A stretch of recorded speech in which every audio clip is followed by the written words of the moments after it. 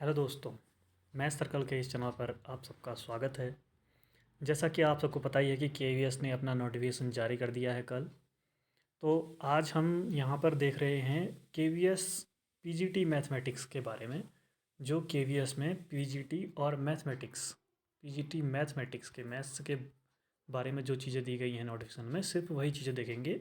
और इसके बाद एक दूसरा वीडियो आएगा जिसमें हम मैथ्स के पेपर में किस तरह का हमारा पेपर आने वाला है, कितने मार्क्स का पेपर है और किस तरह से इंटरव्यू है और क्या टीचिंग वाला या आपकी एलिजिबिलिटी क्या क्या है फॉर्म भरने के लिए, फ़ीस कितनी है, एज रिलैक्सेशन कितना है। ठीक है, ये सारी चीज़ें हम दूसरे वीडियो में देखेंगे। इस वीडियो में हम ये चीज़ें देखते हैं। तो यहाँ पर जो जो चीज़ें हैं वो चीज़ें हम यहाँ देख रहे हैं। ठीक है, तो सबसे पहले शुरुआत करते हैं कि हमारे में कितनी पोस्ट आ रही हैं। और पीजीटी मैथमेटिक्स की बात है, बाकी सब्जेक्ट के लिए मैं नहीं बता रहा हूँ क्योंकि मैथ्स का चैनल है तो सिर्फ मैथ्स पे ही हम फोकस कर रहे हैं। तो सबसे पहली बात तो आप मैथ्स पे देख पा रहे होंगे यहाँ पर 5th नंबर पर पीजीटी के लिए कि मैथ्स में 77 आपका जनरल की सीटें हैं, 49 आपका ओबीसी की सीटें हैं, एससी की 27 है, एसटी की 13 है, ईडब्ल्यूएस की 18 है। टोटल 184 पोस्ट हैं जिसमें ओएच की 6 पोस्ट हैं।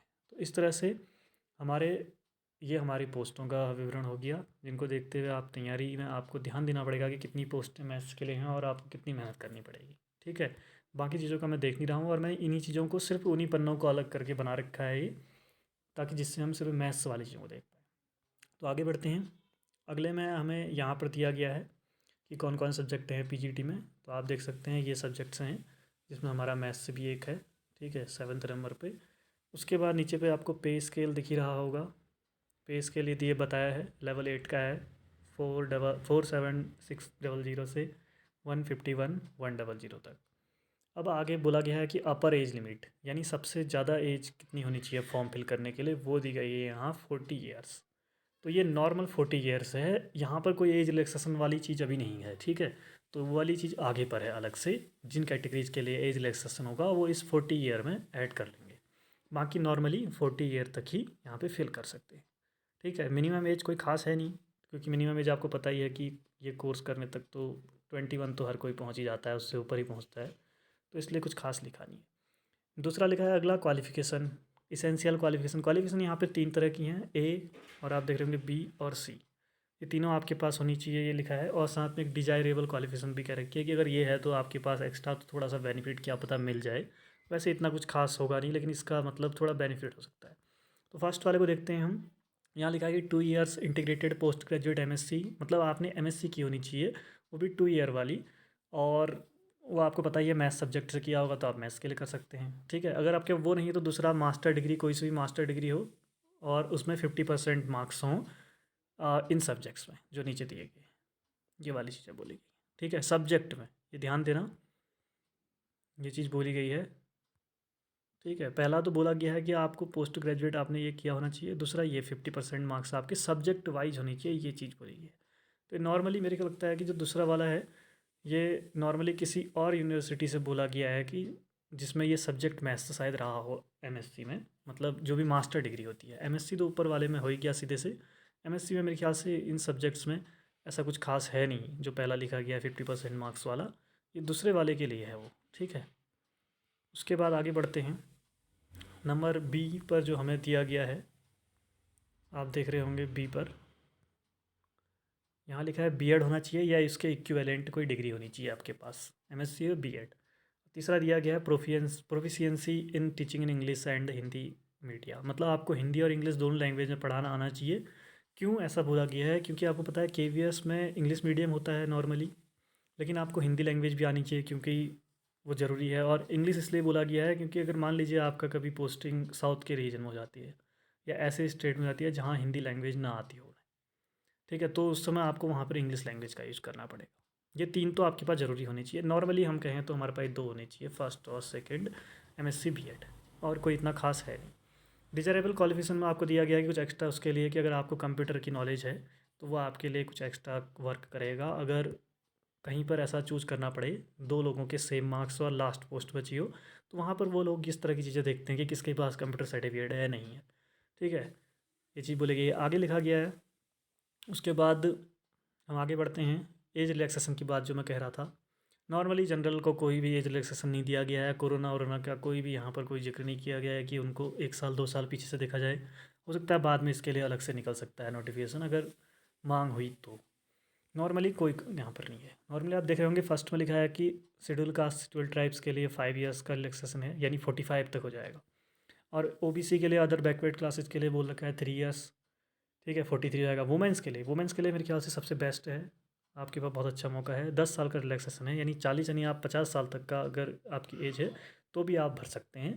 इसमें ऐसा कुछ है नहीं कि मतलब एज काफ़ी सही रिलैक्सेशन आपको मिला है। ऐसे ही ये बाकी चीज़ें भी हैं, और आप देख सकते हैं अगर आप जिस कैटेगरी के अंदर आते हैं उस हिसाब से आपको एज रिलैक्सेशन दिया गया है 40+ पे, ठीक है। आगे बढ़ते हैं। इसके बाद यहाँ पर बोला गया कि कट ऑफ कैसे आएगी, तो कट ऑफ का ये बता रखा है, यहाँ देख रहे होंगे आप। तो इसमें कह रखा है कि ये पूरी क्वालिफिकेशन सब चीज़ देखेंगे, मतलब वेरिफिकेशन होगा। कट ऑफ जो होगी वो नॉर्मली दोनों के बेस पे होगी, मतलब प्री और मेंस, मतलब मेनली ये जो पेपर है हमारा, ठीक है, मेनली क्या है, एक है सीबीटी यानी कंप्यूटर बेस्ड जो हमारा टेस्ट होगा वो, जो अभी हम पेपर की तैयारी कर रहे हैं, इसके मार्क्स प्लस इंटरव्यू के मार्क्स, और प्लस एक क्लास टीचिंग होने वाली है उसके मार्क्स। क्लास टीचिंग यहाँ पर इन्होंने इस बार ऐड कर रखा है, ठीक है। तो इन तीनों के मार्क्स ऐड होने के बाद ही आपको क्या होगा, मतलब आपके मेरिट बनेगी, फाइनल मेरिट, और तब सिलेक्शन होगा। आगे बढ़ते हैं।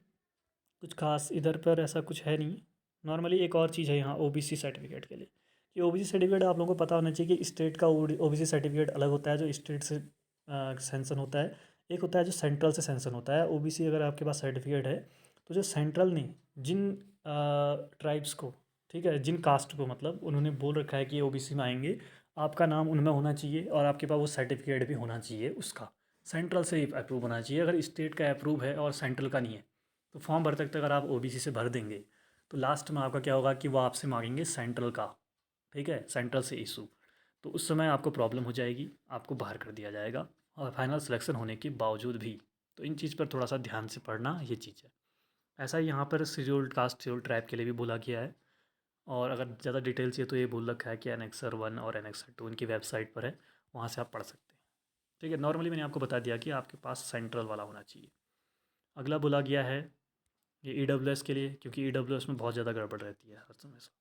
तो ईडब्ल्यूएस सर्टिफिकेट के लिए आप लोग ध्यान रखना कि ये चीज़ अगर आपके पास है इसके अंदर होना चाहिए, इससे ज़्यादा नहीं।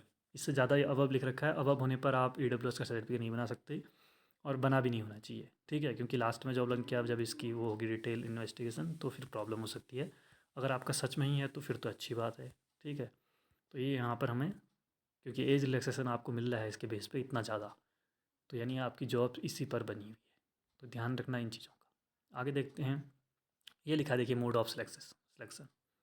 तो यहाँ बता रखा है क्या क्या बोला है, देखो, रिटर्न एग्जामिनेशन होगा, क्लास डेमो होगा, इंटरव्यू होगा, ये स्किल टेस्ट ये होंगे, इन सबको साथ में ऐड करके फिर मेरिट बनेगी बोल रखा है। तो यही वाली चीज़ें जो मैंने आपको बताई थी। आगे बाकियों के लिए कहा गया है, ठीक है। और एक और चीज़ है, सी वाला जो ऑप्शन है, इसमें बोला गया है कि जो अगर आप पीजीटी जीडी ये सभी चीज़ों के लिए अगर आप फॉर्म भर रहे हैं तो आपके स्टेट में कौन कौन से सेंटर हैं वो सेंटर आपको दिए गए हैं, ठीक है। जिस भी आप स्टेट में रहते हैं उसके सेंटर्स नीचे दिए गए हैं, ये पूरी लिस्ट है।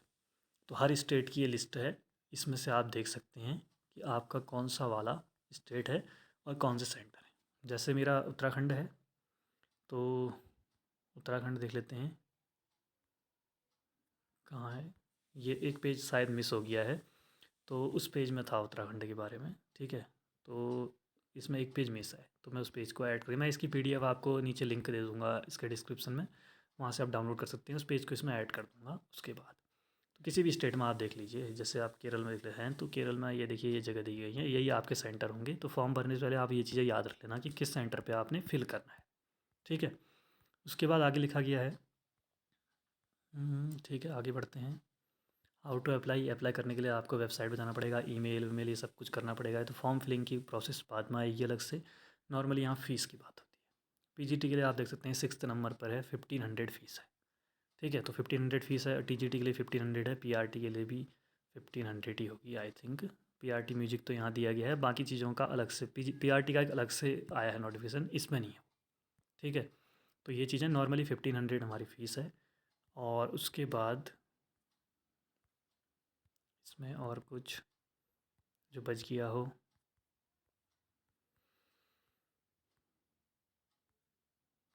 और एक चीज़ और लिखी गई है, फ़ीस ये किसके लिए नहीं है फ़ीस, ये फ़ीस आपका यहाँ आप देख रहे होंगे ई वाला, no fees required to paid by candidate belongs to SC ST PH and ex serviceman. अगर आप इन कैटेगरीज में हैं तो आपकी फ़ीस क्या है, कोई फ़ीस ज़रूरत नहीं पड़ेगी।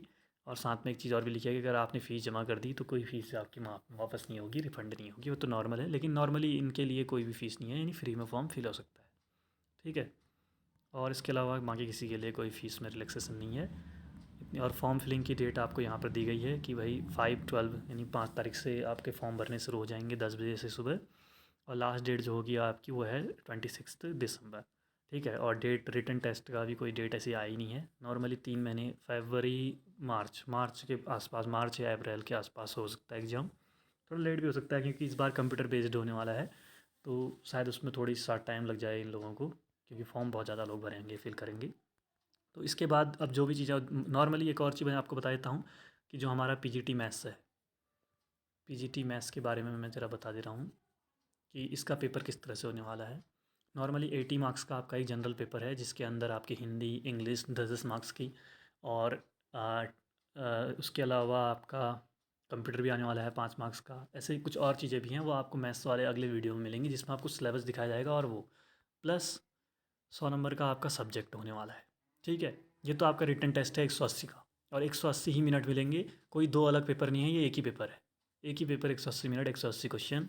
इसके अलावा जो हमारा इंटरव्यू वाली चीज़ है जिसमें इंटरव्यू और क्लास डेमो होगी, आप कैसा पढ़ा रहे हैं डेमो क्लास, वो 60 मार्क्स का है। इन दोनों के मार्क्स ही ऐड होंगे। और दूसरा आपका जो ये रिटन वाला, जैसे यहाँ पे मैंने बताया कि रिटन रिटन है हमारा 180 मार्क्स का, ठीक है। और 60 मार्क्स का है इंटरव्यू, और ठीक है 60 मार्क्स का इंटरव्यू है, उसमें क्लास डेमो टेस्ट भी है, डेमो क्लास भी होगी हमारी, वो भी देखेंगे। तो इसके 70% मार्क्स ऐड होंगे, और इसके 30% मार्क्स ऐड होंगे। अब फिर उसके बाद जो मेरिट बनेगी, नंबर आएंगे, उसमें मेरिट बनने वाली है। जैसे मान लीजिए कि किसी के यहाँ पर 150 मार्क्स हैं, ठीक है, और यहाँ पर हैं उसके 50 मार्क्स, तो कितने हो गए, 200 हो गए। लेकिन 200 नहीं जुड़ेंगे, यहाँ के 70 मार्क्स बनेंगे ऊपर, 70 मार्क्स बनेगा 105, ठीक है। और नीचे यहाँ पर जो मार्क्स बनेंगे वो बनेंगे 30%, यानी 15 मार्क्स, और ये हो जाएगा हमारा 120। कितने में से होगा ये भी ध्यान दीजिए, 1 to 6, यहाँ पे 1 to 6 है, और यहाँ पर होगा 9 मार्क्स। तो 126 और 9 कितना हो गया, 135 में से बनेंगे। तो इस तरह से हमारे मार्क्स यहाँ पर बनेंगे 135 में से। लेकिन मार्क्स याद रखना, ऊपर 70%, नीचे 30% होगा, भाई इतनी सी चीज़ है। और बाकी इसके अलावा जो भी चीज़ें हैं वो हम करेंगे अगले वीडियो में, जिसमें हम आएंगे एक सिलेबस वाला वीडियो आएंगे, जो वीडियो आपको कल मिलेगा देखने को, ठीक है, शाम को 6 बजे। और रोज़ वीडियो परसों से, मेरे ख्याल से जहाँ तक मैं वीडियोज़ परसों से आपकी आनी शुरू हो जाएंगी हमारे PGT मैथ्स के लिए सिलेबस के अकॉर्डिंग। और रेगुलर बेस पे मैं करने की कोशिश करूँगा। अभी शुरुआत है, बहुत दिनों बाद वीडियो आ रही है चैनल पर, तो हो सकता है कभी 1-2 दिन बीच में वीडियो ना आए, लेकिन रेगुलर वे पे मैं डालने की कोशिश करूँगा। तो ठीक है, मिलते हैं फिर आपसे अगले वीडियो में, तब तक के लिए बाय बाय।